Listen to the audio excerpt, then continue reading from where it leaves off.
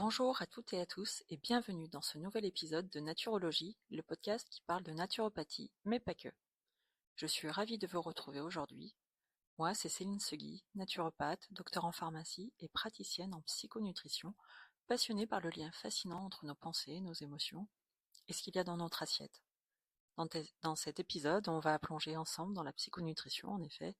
Qu'est-ce que c'est? En quoi cela change tout par rapport au régime classique? Et pourquoi vos envies de manger ne sont peut-être pas ce que vous croyez? En fin d'épisode, je vous parlerai de mon programme NutriPay et comment je peux vous accompagner vers la paix alimentaire, et même en visio.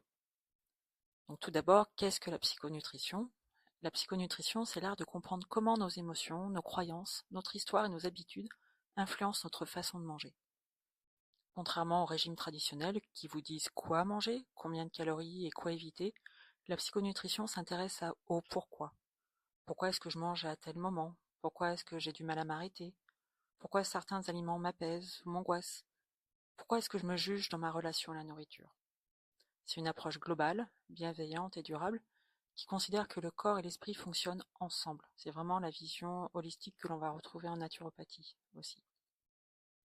L'objectif n'est pas de contrôler son alimentation par la volonté, mais de retrouver une relation apaisée avec la nourriture, de reconnecter avec ses sensations et d'identifier les schémas émotionnels qui dictent nos comportements alimentaires. En plus, l'effet bonus, c'est que lorsque l'on se reconnecte à nos sensations corporelles et que nous savons comment combler nos besoins émotionnels ou ne plus retomber dans certaines routines, par exemple, eh bien, on réduit inconsciemment et spontanément, j'ai envie de dire, notre prise alimentaire et donc nous perdons du poids durablement et sans restriction. Donc pourquoi en fait la psychonutrition, je trouve, s'articule bien avec la naturopathie? Très naturellement, la naturopathie propose des outils concrets pour soutenir le corps, que ce soit l'hygiène de vie via l'alimentation, l'hydratation, le sommeil ou l'exercice physique par exemple, ou encore la réflexologie plantaire, notamment pour faciliter le processus de drainage.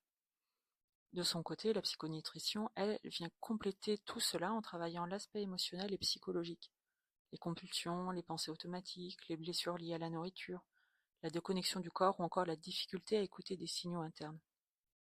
Ensemble, ces deux approches vont réellement permettre d'agir à la fois sur le terrain physiologique, grâce aux outils naturopathiques, et sur le terrain émotionnel et comportemental, grâce à la psychonutrition.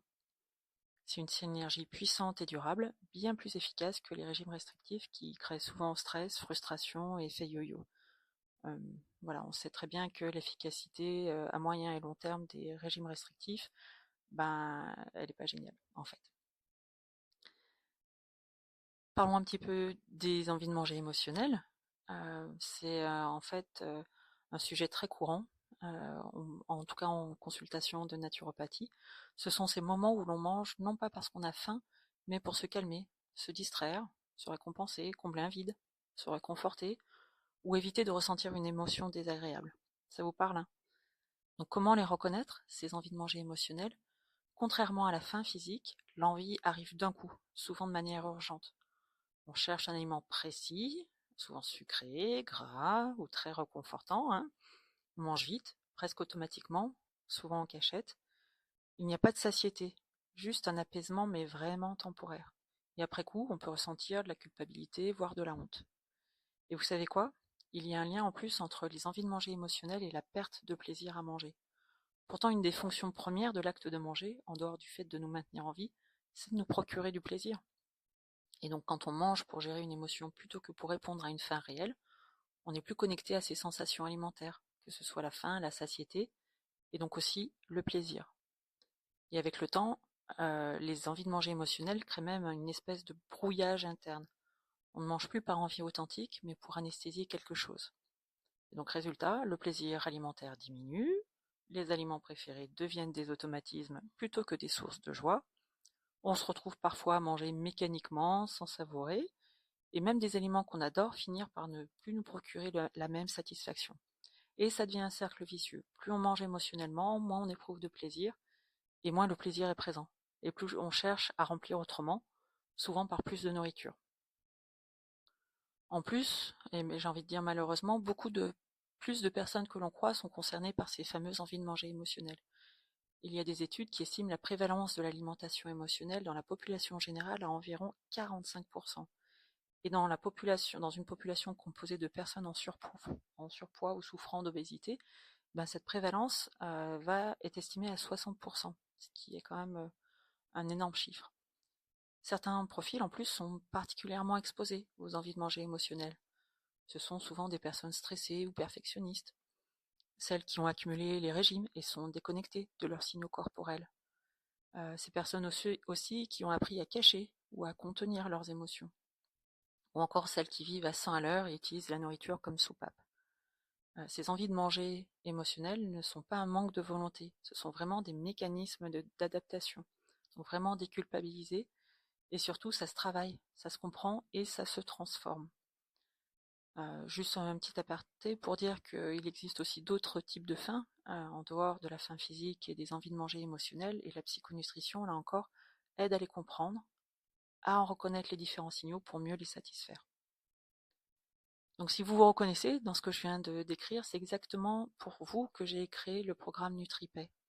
C'est un accompagnement complet qui va combiner de la gestion émotionnelle, la reconnexion aux sensations physiques, alimentaires, des outils pratiques pour sortir du pilotage automatique et des fausses croyances, et surtout une approche profondément bienveillante.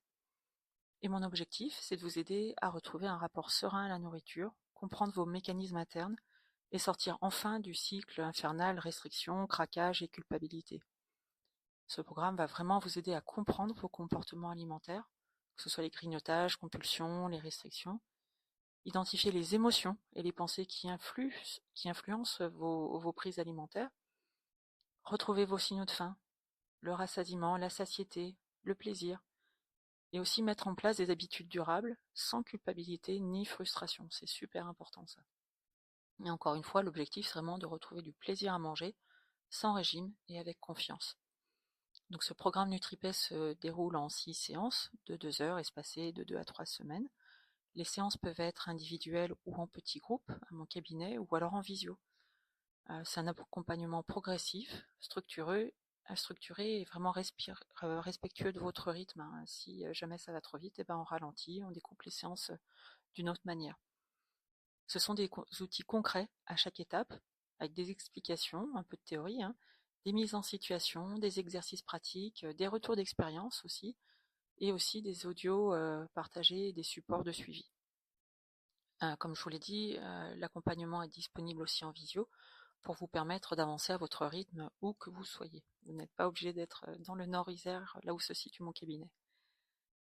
Je précise aussi que l'entrée dans le programme nécessite au préalable que nous ayons déjà eu une discussion sur votre alimentation, votre hygiène de vie, votre état émotionnel, donc via un bilan de naturopathie.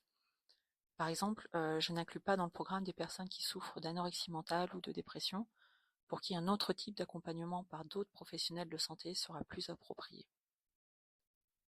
Donc si vous souhaitez être accompagné et que vous vous reconnaissez dans les schémas que j'ai décrits dans ce podcast, ou que vous voulez retrouver une relation plus apaisée à l'alimentation, vous pouvez me contacter directement ou via mon site internet www.celinesegui.com. Je serai ravie d'échanger avec vous et de voir si NutriPay est fait pour vous. Merci d'avoir écouté cet épisode. J'espère qu'il vous a aidé à y voir plus clair sur les envies de manger émotionnelles et de vous rassurer quant à l'existence de solutions pour les surpasser. Si vous avez aimé cet épisode, n'hésitez pas à liker ou à partager, c'est un petit coup de pouce qui fait la différence. Prenez soin de vous et surtout, prenez soin de votre relation à vous-même. À très vite.